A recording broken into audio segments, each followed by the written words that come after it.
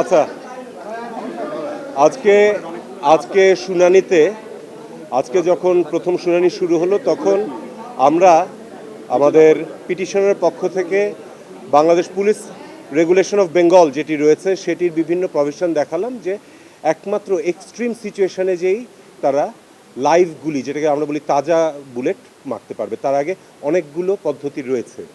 আমাদের একদম প্রথম যে বক্তব্যটা সেটা হচ্ছে যে মানব প্রাণগুলো যাচ্ছে সেগুলোকে এখানেই থামানো যাক, আর যাতে একটুও রক্ত না পড়ে, আর এক ফোঁটা রক্তও যেন না পড়ে। পুলিশ তাদের অন্যান্য যেসব প্রসিডিওর আছে পিআরবি অনুযায়ী সবকটাকে যেন ফলো করে তারপরে তারা যেন তাদের দায়িত্ব পালন করে। এবং এই ছয়জনকে আমাদের সরকারের ভাষ্য অনুযায়ী যে তাদেরকে অ্যারেস্টও করা হয়নি, তাদেরকে ডিটেনও করা হয়নি, তাহলে তাদেরকে ওখানে আটকে রাখা হয়েছে কিসের জন্য? তাদের নিরাপত্তার কথা যে বলছেন সেই নিরাপত্তাটা তারা কখন চাইলেন সে কথা কখনোই বলছেন না। তারা গতকালকে আমাদের মামলা ফাইল করার পরে তাদের পরিবারের সাথে দেখা করতে দিয়েছেন, সেটা বারবার বলছেন যে পরিবার বলছে ভালো আছে, পরিবার বলছে ভালো আছে। আমরা শুধু ক্যামেরার সামনে যে অংশটুকু দেখানো হয়েছে সেটুকু দেখেছি, ক্যামেরার পিছনে ওখানে কিভাবে তাদের কাছ থেকে এই স্টেটমেন্ট নেওয়া হচ্ছে সে বিষয়টা কখনো দেখা যাচ্ছে না।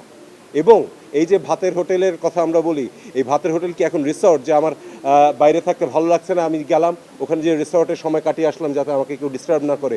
এই দায়িত্ব কবে থেকে ডিটেকটিভ ব্রাঞ্চ নিয়েছে? এগুলোর কোনো সদুত্তর ওনারা দিতে পারছেন না এবং দিচ্ছেন না। ফলে আমাদের বক্তব্য খুব সহজ, যে যতটা মুহূর্ত ওদেরকে ওখানে আটকে রাখা হচ্ছে এই ছয়জনকে, সেটি বেআইনি। এবং তাদেরকে যে স্বেচ্ছায় তারা ওখানে যে আশ্রয় নিয়েছেন সেটা তাদের মুখ থেকে আমরা শুনতে চাই, এসে আদালতের সামনে তারা সে কথাটাই বলুক। কিন্তু তারা সেই কথাটাও বলতে দিতে সাহস পাচ্ছেন না। এই হাইকোর্ট থেকে ডিবি অফিসের দূরত্ব খুব বেশি হলে 1.5 থেকে 2 কিলোমিটার, তাদেরকে এখানে আনতে 2 মিনিট লাগবে। নিয়ে আসুক, নিয়ে এসে তারা আদালতের সামনে বলুক যে না আমরা ওখানে আছি, আমরা ভালো আছি, আমরা আসবো না।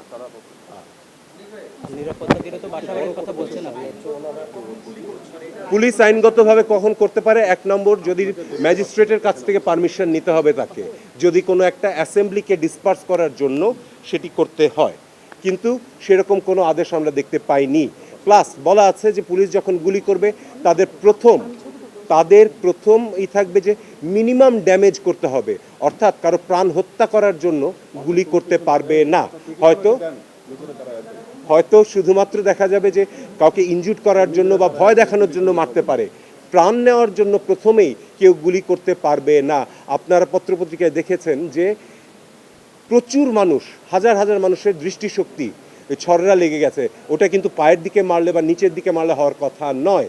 এই সব কিছুই আমাদের আদালতও প্রশ্ন রেখেছেন, যে ওনারাও দেখছেন যে কি হচ্ছে, এবং তারা প্রশ্ন রেখেছেন রাষ্ট্রপক্ষের কাছে, কিন্তু রাষ্ট্রপক্ষ এগুলোর কোনো সদুত্তর এখন পর্যন্ত দিতে পারেননি এবং কখনো পারবেন না। তাদের দাবি হচ্ছে যে পুলিশ পিআরবি অনুযায়ী কাজ করেছে।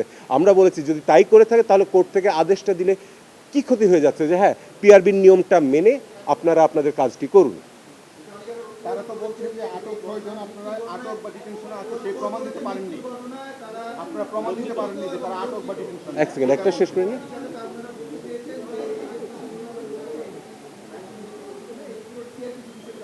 হ্যাঁ, এবং এখানে যেটা হয়েছে পিআরবিতে বলা আছে যে কোন কোন ক্ষেত্রে পুলিশ এটা করতে পারে, এবং আমাদের আদালত আজকে তাদের আক্ষেপ এবং ক্ষোভ প্রকাশ করেছেন যে এত যে প্রাণ ঝরে গেছে সেটির ব্যাপারে। আমাদেরকে বিভিন্ন প্রশ্ন জিজ্ঞেস করেছেন যে সিআরপিসি অনুযায়ী, পেনাল কোড অনুযায়ী কোন কোন অফেন্সের সময় গুলি করতে পারে। আমরা সবকটাই দেখিয়েছি যে এই ক্ষেত্রে এগুলোর কোনোটাই অ্যাপ্লিকেবল ছিল না। একজন দাগী আসামি যে পালিয়ে গিয়েছে তাকে ধরার জন্য পুলিশ গুলি করতে পারে, যদি কারো বাড়িতে ডাকাতি চলছে এই অবস্থায় যায় তাহলে গুলি করতে পারে, যদি কোথাও চুরি করছে আগুন দিচ্ছে সেটাতে গুলি করতে পারে।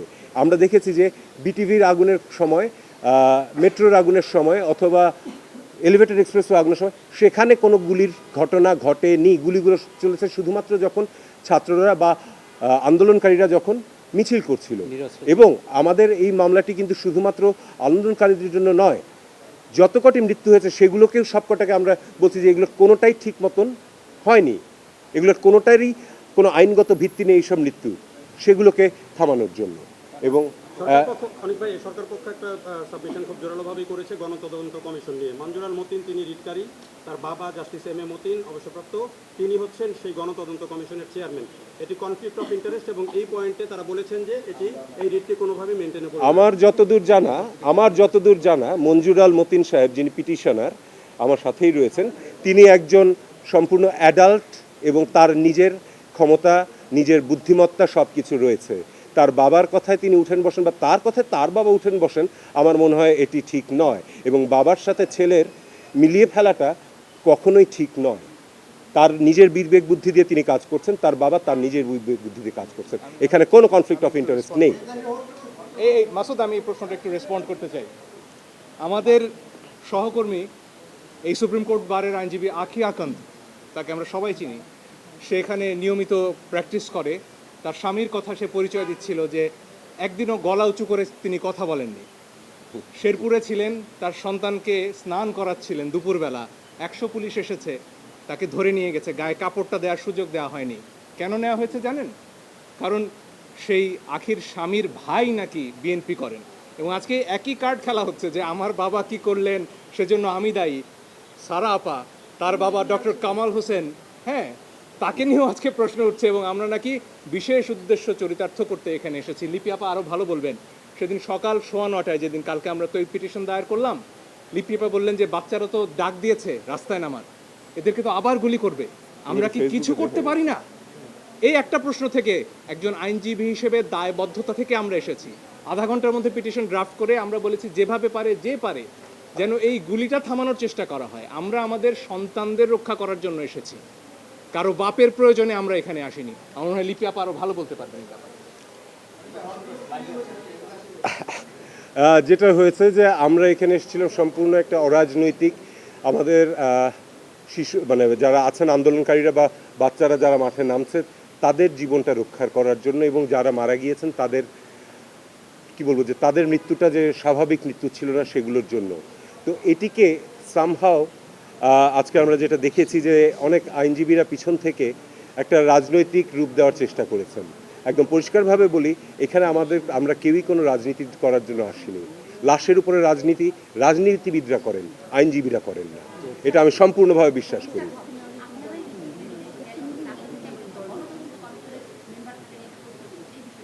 একটা জিনিস যেটা হচ্ছে গণতন্ত্র কমিশনের যে এটা রয়েছে সেটি হচ্ছে যে আপনারা সবাই দেখেছেন যে আবু সাইদ কিভাবে মারা গিয়েছিল। আবু সাইদ যখন মারা গিয়েছিল তারপরে যে এফআইআরটা হলো সেটাতে বলা হলো যে জনগণের ছোড়া ইটে উনি মারা গেছেন। এর ফলে আমাদের নাগরিক সমাজের মধ্যে একটি অনাস্থা তৈরি হয়েছে যে এই তদন্তটা ঠিক হবে কিনা, এবং এই ঘটনার সাথে ওগুলোকে মিলানো কোনো স্কোপ নেই। এবং আমাদের যে জুডিশিয়াল কমিটি হয়েছে 1 সদস্য বিশিষ্ট, সেটি হয়েছে প্রথম দিনের 6 জনের জন্য। বাকি সবগুলোকে কিভাবে হলো সে বিষয়ে জনতার কাছে একটা দায়বদ্ধতা নিয়েই এই কমিটি হয়েছে। জি, শুধু আবু সাইদ না, বাকিদেরগুলো। এই জবাবটা আমি দিচ্ছি।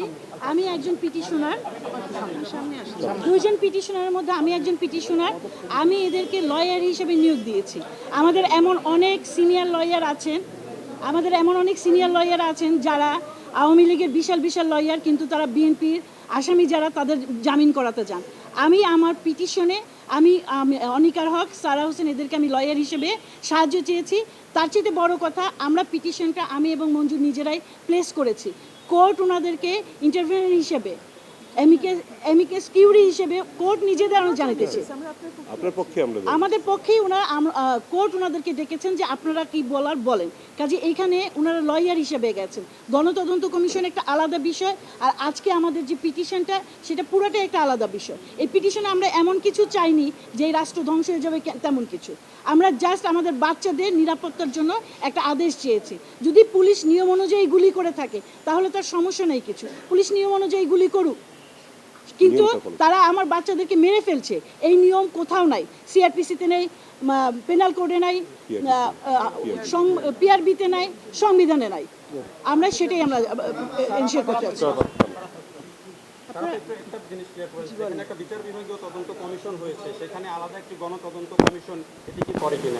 অবশ্যই না, আইনে কোনো কনফ্লিক্ট করে কিনা? না, আমাদের মতে এখানে কোনো কনফ্লিক্ট হচ্ছে না। এটা একটি নাগরিক উদ্যোগ এবং নাগরিক উদ্যোগ নেওয়ার আমাদের সাংবিধানিক অধিকার আছে এবং আমরা ওই বিষয়টা অলরেডি বোঝানো হয়েছে যে বিচারিক যে কমিটি এর মধ্যে করা হয়েছে আমাদের অ্যাটর্নি জেনারেল মহোদয় এটা কিন্তু সুপ্রিম কোর্ট অ্যাপেলেট ডিভিশনের আগেই সামনেই 21 তারিখে বলেছিলেন আমাদের প্রধান, আপনারা অনেকে ওখানে ছিলেন আদালতে, প্রধান বিচারপতি বলেছিলেন একটি কমিশন গঠন হয়েছে।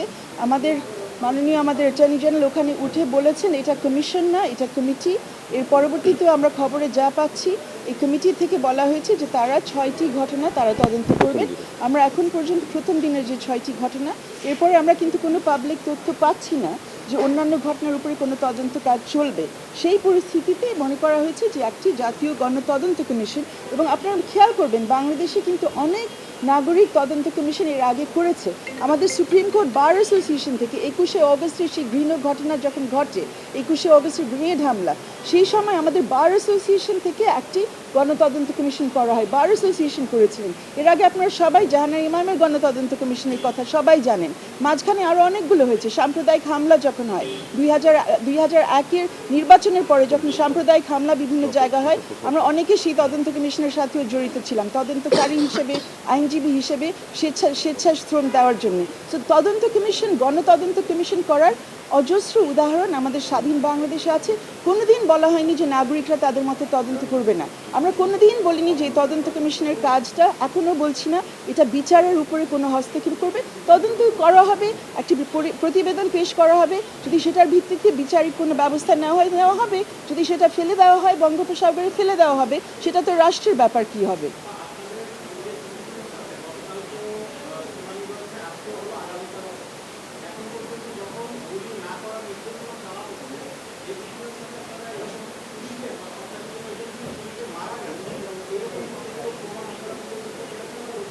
আমরা এখানে আমরা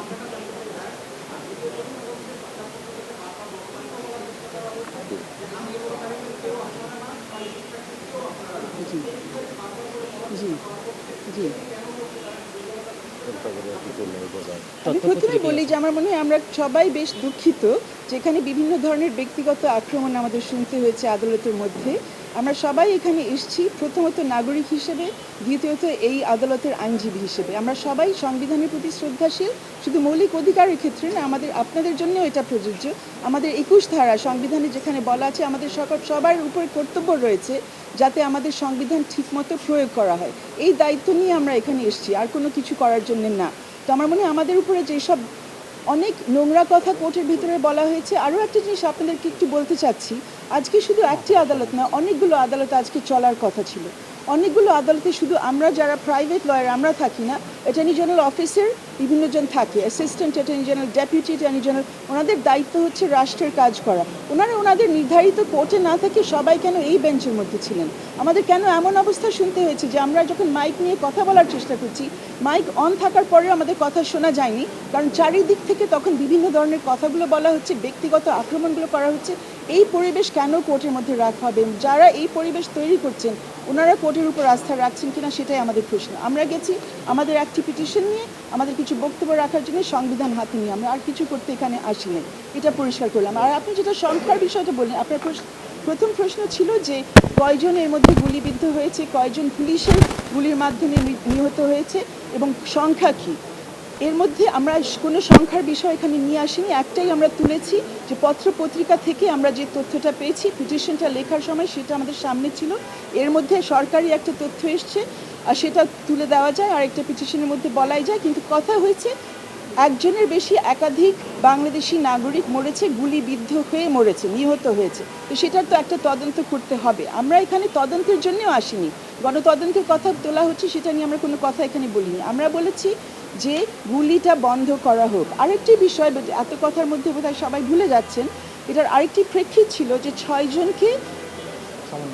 6জন সমন্বয়কারী আন্দোলন। এটা আবারও বলি, আমরা কিন্তু এই আন্দোলনেরও কেউ না, আমরা নাগরিক এবং আইনজীবী। আমরা এসছি সেই দায়িত্ব থেকে যে আমরা দেখছি অন্য 6জন নাগরিক যারা একটি আন্দোলনের সাথে সম্পৃক্ত, বলা হচ্ছে যে তাদেরকে ডিবির হেফাজতে রাখা হচ্ছে। আজকে আমরা শুনলাম যে এর মধ্যে তাদের বাবা মা তাদের সাথে দেখা করতে গেছেন। একই কথা, ওনারা কিন্তু নাবালক না, ওনারা একটি আন্দোলনের নেতৃত্ব দিয়েছেন, সাবালক, অ্যাডাল্ট, সুস্থ মস্তিষ্কের। এই অবস্থায় তাদেরকে কাস্টাডিতে রাখা হয়েছে, এটা অ্যাডমিটেড, কেউ ডিবেট করছি না যে তারা কাস্টাডিতে আছে। সরকার পক্ষ বলছেন ওই কাস্টাডি লিগাল, আমরা বলছি সেই কাস্টাডি লিগাল না। আমরা জানতে চাচ্ছি কোন লয়ের আন্ডারে ওনাদেরকে রেখেছেন। ওনারা বারবার বলছেন ওনারা নিজে যেতে চেয়েছেন। এখন নিজে যে যেতে চেয়েছেন এই প্রমাণাদিটা কোথায়? ওনাদের কি মুখের কথার উপর আমরা ধরে নিব না? ওনারা আমাদেরকে কোনো আদেশ দেখাবেন যে কিসের ভিত্তিতে ওদেরকে ওখানে নেওয়া হয়েছে। তো আমরা শুধু চাচ্ছি আমি খেয়াল করে দেবো। আপনারা জানেন যে আজকে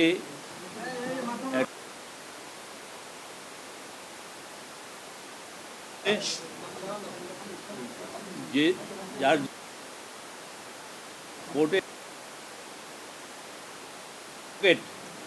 একটা রিট পিটিশন মুভ করেছে, যার মূল প্রতিপাদ্য হচ্ছে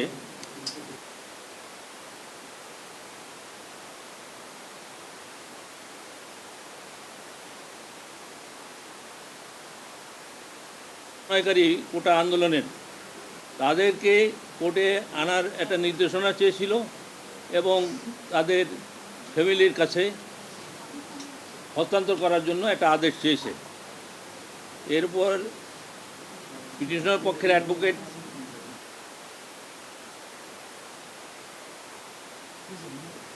আপনারা জানেন যে গতকালকে ডিবি কার্যালয়ে এই 6 জন সমন্বয়কারীর পিতা এবং মাতা এবং অন্যান্য ক্লোজ রিলেশন এই 6 জন সমন্বয়কারীর সাথে দেখা করেছে।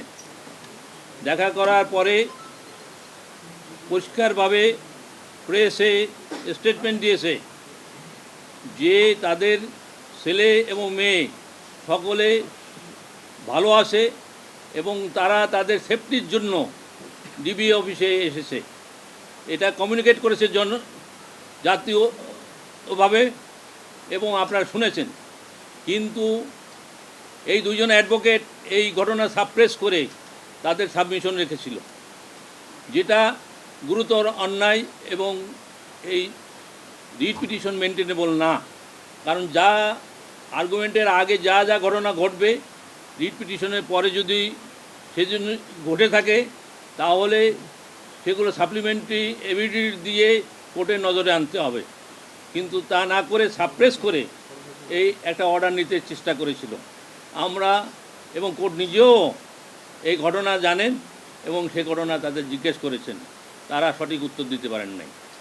তারপর হচ্ছে এই 6 জনের মা বাপ বলতেছে যে তারা সুস্থ আছে, তাদের এর হয় নাই, তারা তাদের সিকিউরিটি পারপাজেই ডিবি অফিসে আশ্রয় নিয়েছে। এখন যদি কারো উপর অস্ত্র, কারো যদি ভয় থাকে, জীবনের হুমকি থাকে, তাকে পুলিশ প্রোটেকশন দিতে বাধ্য। এবং সে যদি প্রোটেকশন চাওয়ার পরেও যদি প্রোটেকশন না দেয় এবং তার যদি কোনো ঘটনা ঘটে থাকে তাহলে সব দায়িত্ব পুলিশের উপর বর্তাবে। সেজন্য এটা এক হলো নৈতিক দায়িত্ব, আইনত সে বাধ্য, পুলিশ বা তার এজেন্সির তাদের প্রোটেকশন দেয়া তারা বাধ্য এবং সেই হিসেবে দেয়া হয়েছে। এখন তার মা বাবা বলতেছে যে তারা কোনো সরকার তাদের আটকায় রাখে নাই, কিন্তু এই দুইজন অ্যাডভোকেট বলছে যে তাদের ডিটেন আটক রাখা হয়েছে। তো তাদের অ্যারেস্ট করলো না আটকায় রাখলো, সেদিকে তারা আলোকপাত করে নাই। আপনারা দেখেছেন, আমি কোর্টে বারবার বলেছি যে 1.5 পাতার একটা পিটিশন, যার মধ্যে কিছু নাই, কোনো স্টেটমেন্ট নাই, কোনো নাই। তো সেখানে তারা যে আর্গুমেন্ট করতেছে বাইরের জিনিস, যা আর্গুমেন্ট করার কোনো এখতিয়ার, নতুন ফ্যাক্ট নিয়ে, বাইরের ফ্যাক্ট নিয়ে আর্গুমেন্ট করার কোনো এখতিয়ার পিটিশনার নাই। আর আপনারা জানেন, আপনি বলেছেন যে তৃতীয় পক্ষ ছাত্র, হ্যাঁ সেটা বলছি, বিশেষ করে আপনি একদিকে বলেছেন যে দোষী মৃত্যুর যে তথ্য দেওয়া হয়েছে সেটা তারা কোথায় বলে প্রশ্ন তুলেছেন, হ্যাঁ কি বলতে চেয়েছেন? আমি বলতে চাইছি যে যেখানে সরকার বলছে যে 150 মারা গেছে, এই 150 যেটা মারা গেছে তারা তৃতীয় পক্ষের গুলিতে হতে পারে, যেহেতু তারা একটা বাচ্চার ঘটনা কোর্টের কাছে প্লেস করেছে। আপনারা দেখেছেন প্রথম আলোতে এই ঘটনাটা ছাপা হয়েছিল এবং বাচ্চা ছাদে ছিল। তো এই আমরা বলেছি, তারা এটা দেখাচ্ছিল যে বাচ্চাও রেহাই পাচ্ছে না। আমরা বলেছি যে বাচ্চা ছাদে ছিল, এটা আমরা সরকার পক্ষ সকলেই এর জন্য দুঃখিত এবং আমরা মর্মাহত। কিন্তু এই কোর্টে একটা ছাদে কিভাবে সরকারের গুলিতে মারা যাবে এ কথা কিন্তু কোনো পত্রিকায় নাই। তাহলে কে গুলি করেছে? যে ছাদে গুলি হয়েছে তার থেকে উপরের ছাদের থেকে তাকে গুলি করা হয়েছে, এ কথা আমরা কোর্টকে বলেছি। তা আরও বলেছি যে ছাত্ররা এবং পুলিশ সবই রাস্তায় ছিল, আমাকে বলতে দেন, রাস্তায় ছিল। অতএব গুলি করে থাকলে ছাদে, উচ্চ ছাদের থেকে গুলি আসবে, তাহলে তৃতীয় পক্ষ গুলি করেছে। এই তৃতীয় পক্ষ আমরা যে বলছি যে এই আন্দোলনের মধ্যে তৃতীয় পক্ষ এই হাইজ্যাক করে নিয়ে গেছে, তার প্রমাণ হলো এই বাচ্চাকে ক্লিক করার মধ্যে দিয়ে। এটা তো আপনারা হেলিকপ্টার থেকে স্পেসিফিকভাবে বলেছি, বলা হয়েছে সরকার পক্ষ থেকে কোনো গুলি হয় নাই। এতে পানি দেওয়া হয়, গরম পানি দেওয়া হয়েছে এবং কাজুনে গ্যাস, এগুলো সাউন্ড গ্রেনেড এগুলো দেওয়া হয়েছে। এবং পত্রিকায় আসে নাই যে কোথাও দেখবেন না যে প্রথম আলো জানেন যে সরকারের এর বিপক্ষে বক্তব্য রাখে এবং তারা যতটা পারে এটা প্রথম আলো তাদের ফ্যাক্ট সব গোছায় টোছায় ছাপায়। সেখানে আমার কোথাও পত্রিকায় নাই যে সরকারের গুলিতে এই বাচ্চা মারা গেছে। সেটা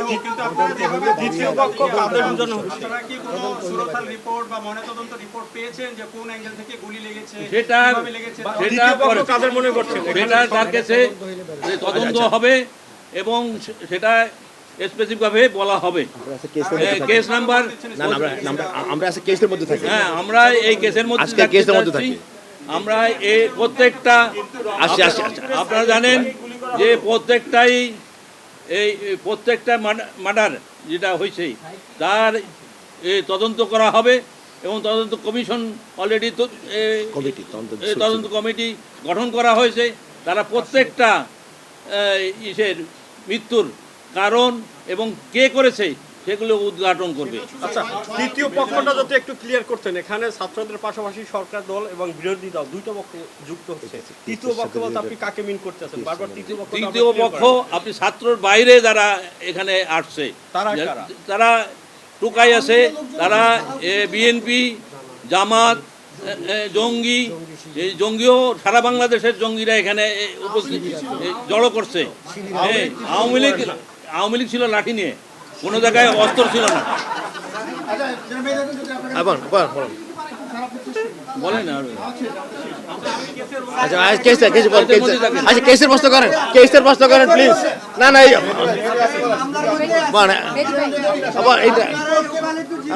একটু আচ্ছা আচ্ছা নিরাপত্তা চাইলে নিরাপত্তার সংখ্যা প্রকাশ করলে থাকে ডিবি অফিসে বা থানায় নিয়ে গিয়ে রাখা হয় কিনা এরকম কোনো আচ্ছা এটা পরে মাসুদ বল প্রশ্ন করেন স্যার।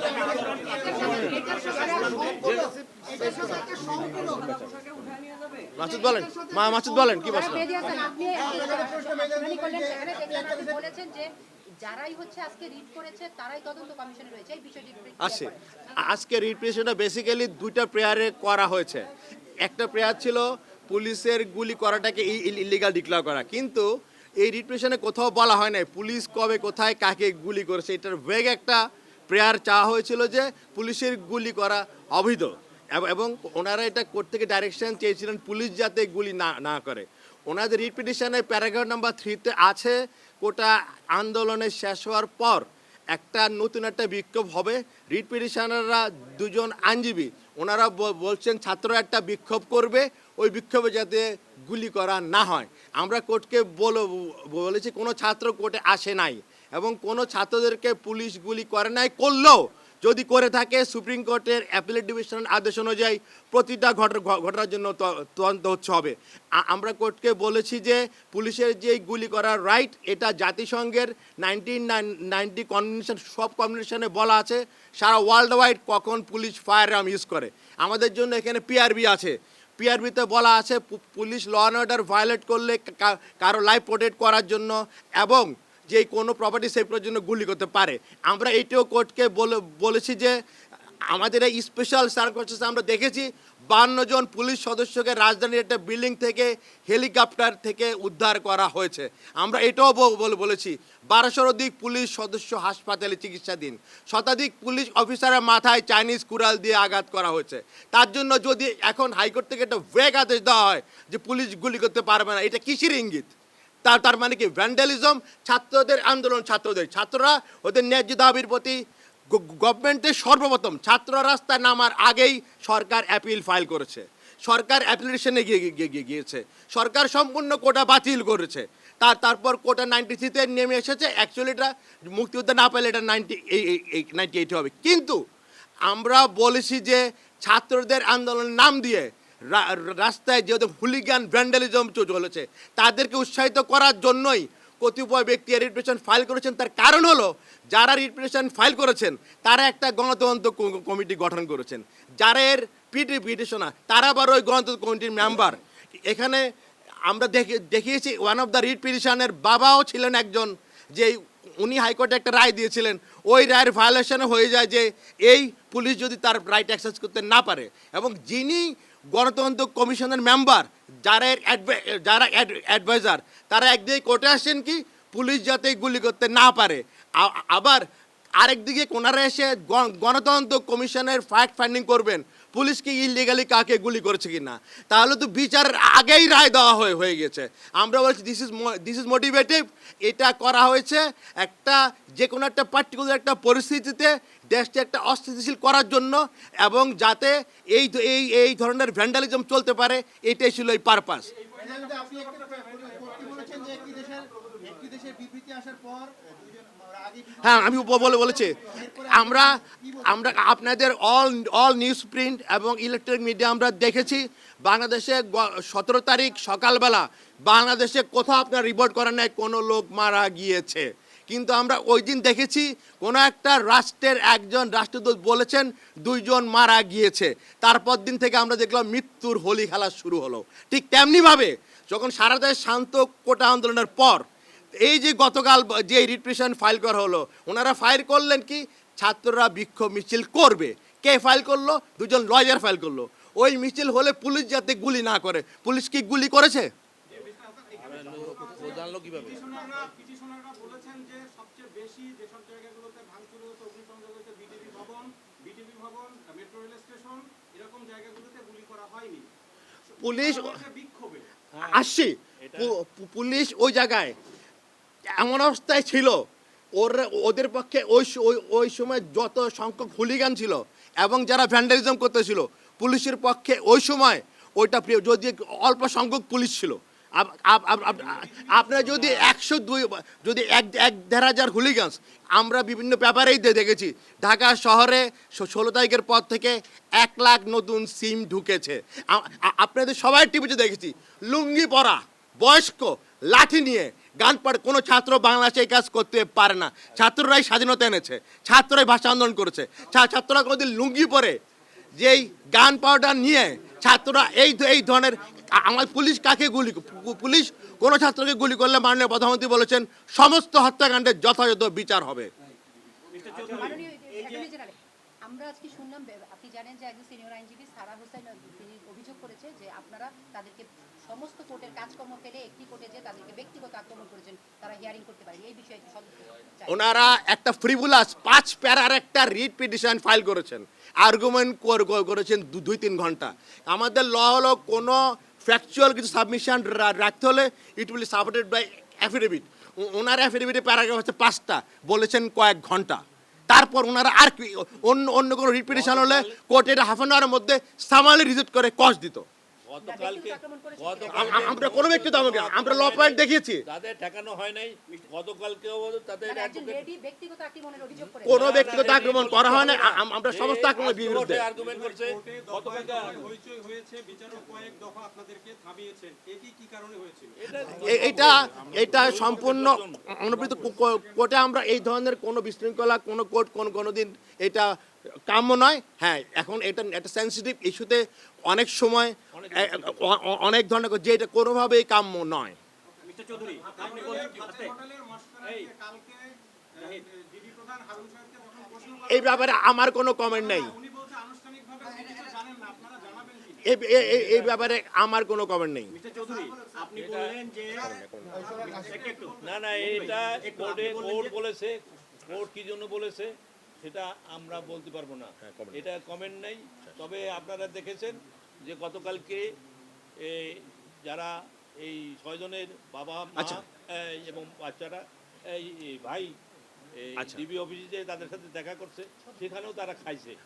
আচ্ছা, এখন এই ব্যাপারে একটা একটা গতকাল আমি একটা 26-এর কথা আপনারা জান নাই, 6 জনকে যে সিকিউরিটি দেওয়ার আগে একটা ছেলে মুগ্ধ নামে একজন কোঅর্ডিনেটর ছিল, ও ফেসবুকে স্ট্যাটাস দিয়ে বলেছে আন্দোলনে দুর্বৃত্তরা ঢুকে গিয়েছে। পরের দিন কিন্তু ওকে মৃত অবস্থায় পাওয়া যায়, সন্দেহ করা হচ্ছে ওকে খুন করা হয়েছে।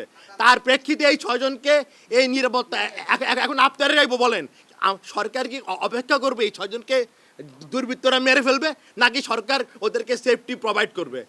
ওর বাবা মা এসে বলছে ছেলে ভালো আছে, মা বলছে মেয়ে ভালো আছে।